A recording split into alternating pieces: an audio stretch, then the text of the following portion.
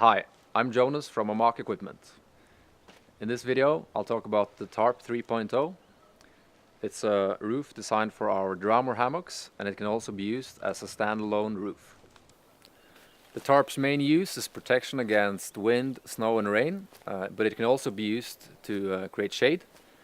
First, I will now show you how to set it up between trees and show you how to use it with our hammocks. Afterwards, I'll show you how to use the tarp without trees.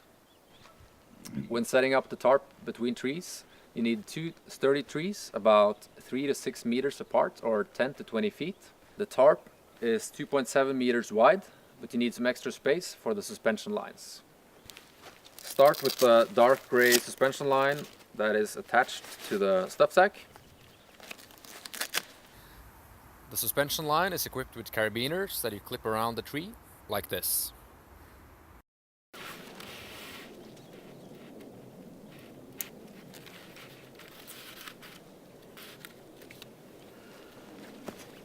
When the tarp is suspended between the trees, you use the included tent stakes to pull out the guy lines and fasten them to the ground.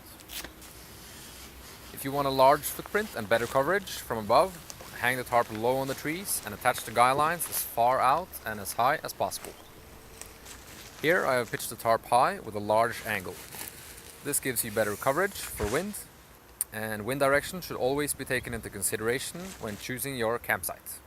In each corner of the tarp there are plastic buckles that can be used to adjust the guy lines. This is how you use them. Adjust the guy lines until the tarp is nice and tight. If you will be using the tarp together with our hammocks, you need to keep in mind that you have to have some extra space underneath the tarp to hang your hammock. My rule of thumb is to take 3 steps between the trees and to attach the anchor points just above your head. When pitching the tarp without trees, you need poles. Here I've used 2 trekking poles, but you can also use branches. I've pitched the tarp as high as possible today, but in windier conditions I would pitch it lower to get better protection from the elements. The tarp is designed with an eyelet on each side of the ridge. First insert the pole and then adjust the guy line. Here's an example of how it can be used with one pole. The tarp is great for shorter breaks, but can also be used for overnight camping.